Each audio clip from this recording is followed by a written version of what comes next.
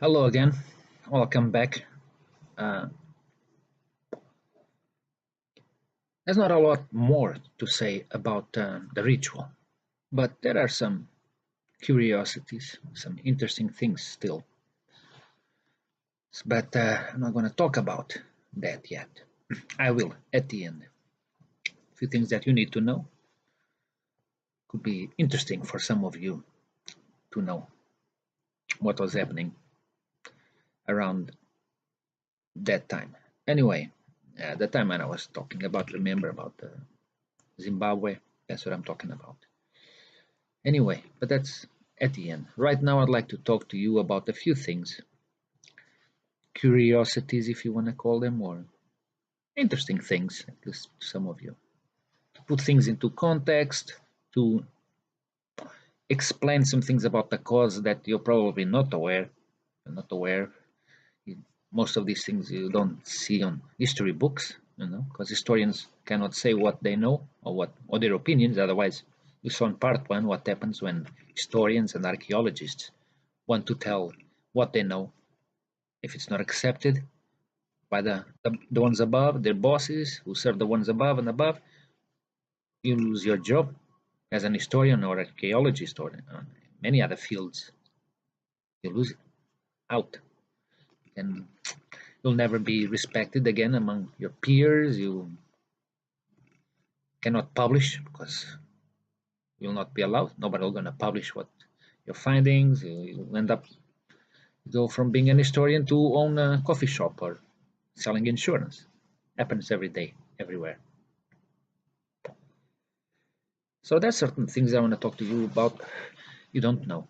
One of them is about Portugal. It's very important. Yet it's not something that is commonly known. It's not taught in schools, even though there are books about it.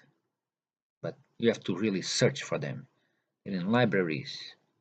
And you have to go through all those thousands trying to find a copy. They're available, but you don't find them, on the storefront or school books list that you have to buy for your kids. You don't find these things. So talk about Portugal. This should be a case study. Should be taught in every university, in every school in the world, because there are many things you don't know about that tiny country. This tiny country became so important to the world in many different aspects, and I'm not going to talk about all of that. Just a couple of examples. One of the things that is slavery. When it comes to slavery, and then I'm not talking about slavery because of the BLM, Black Lives Matter. No, I've been talking about slavery for 12 years here. Remember Alexander Dumas, his father, a black general in the army of Napoleon. So about slavery, Portugal, as you know, is accepted as one of the first countries, if not the first. 99% of the people agree it's the first country in Europe to start slavery. In Africa. It's true, but there's more to the story, a lot more. Yes, indeed, when they got to Africa, their main point was not slavery, it was to trade. It was always the Portuguese thing was to trade, take things from Europe, bring back silk and other materials and food and spices, all kinds of things.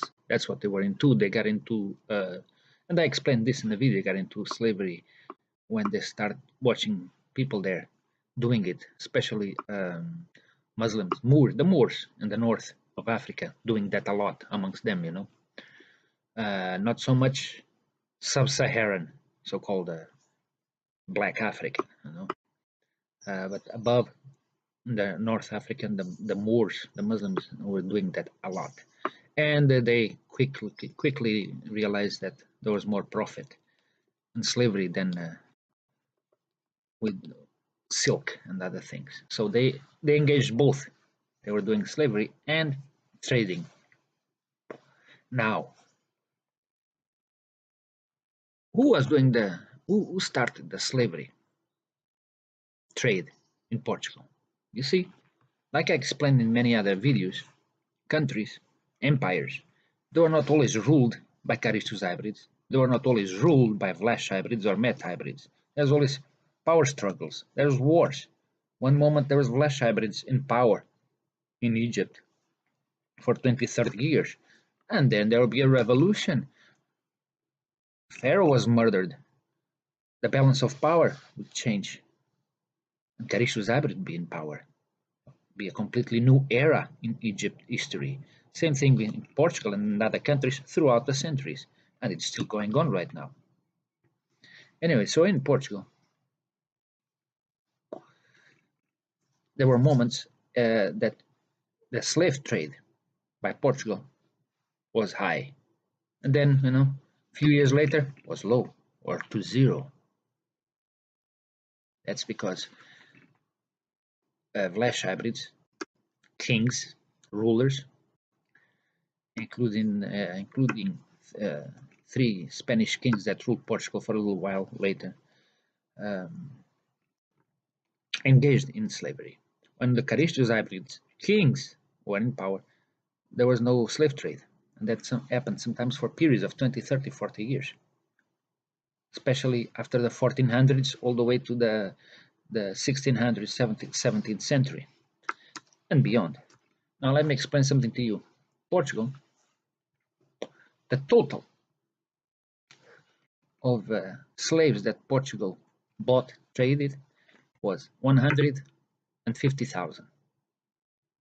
It's a big number, but compared to what Spain did, England did, Holland did, it's a drop of water in the ocean. 150,000 slaves is close to zero compared to the big numbers that follow by other countries. Now, why did this happen?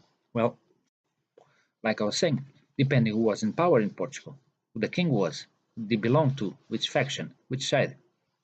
Portugal is something that you don't know. Most of the time, they're not trading slaves. In fact, they're bringing a lot of Africans to Portugal as free men, completely free. They come to Portugal to learn, to study as free men. And I'm going to show you a painting from 1570, 16th century, way before America existed as a country, or they were even before the Civil War, 1570. Show you a painting that you might be surprised to see.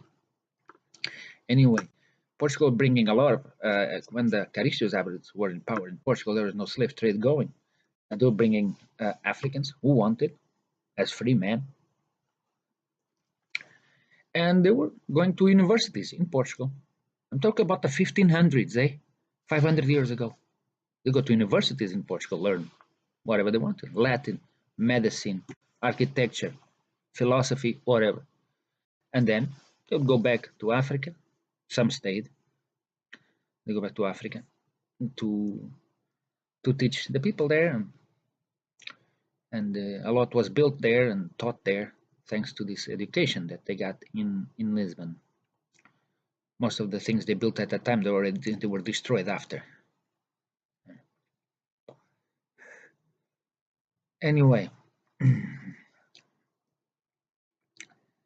yes, so let me show you this painting, so for you to see the lives of black people in Lisbon, in Portugal, in the 1570, when what historians tell that Portugal was getting slaves all over. Slave trade, was at the highest of the Portuguese society. Of the fortune coming to Portugal was all about slave trading. No, depends. Depends at the time. The time it was, and even then was never that high. Portugal is a case study. Let me show you the painting and then we'll continue, okay? So here's the painting. 1570, my friends. 1570, downtown Lisbon.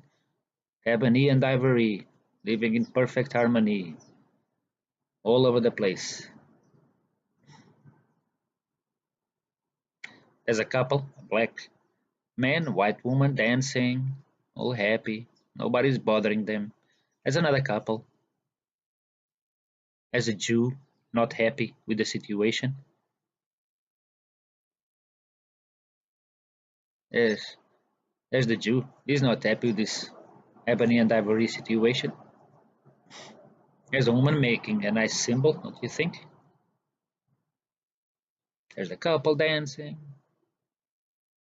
Everybody happy, hanging out, no problem. There's an African, dressed all nice, golden boots. He's an Azasian. See the red cross and black and red Azasian. An Azasian African, all fancy, rich guy,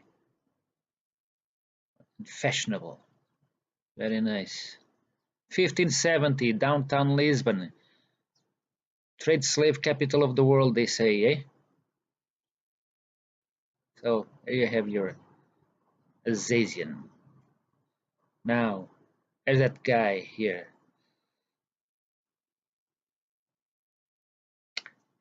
See this guy? He's pointing at whom?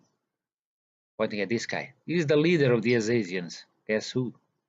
This guy is pointing at the Azasian. See how the painting is done? The Azasian,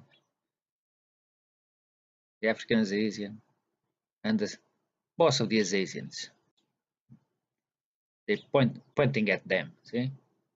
Identifying them. Now there's this guy on a boat, little boat. He's pointing at something too. Look, an A for Azazel. See? Three people pointing. This guy points at the A. Azazel. This guy points at an Azasian. And this guy points at the leader of the Azasians. Guess who? And there you have it. 1570 Portugal. Everybody happy. No slave trade. There's the multicultural society. The Jew there is not happy, but can't please everybody. As you see, history is a bit different than what they tell you in school, especially when it comes to Portugal around this time in history. Very different.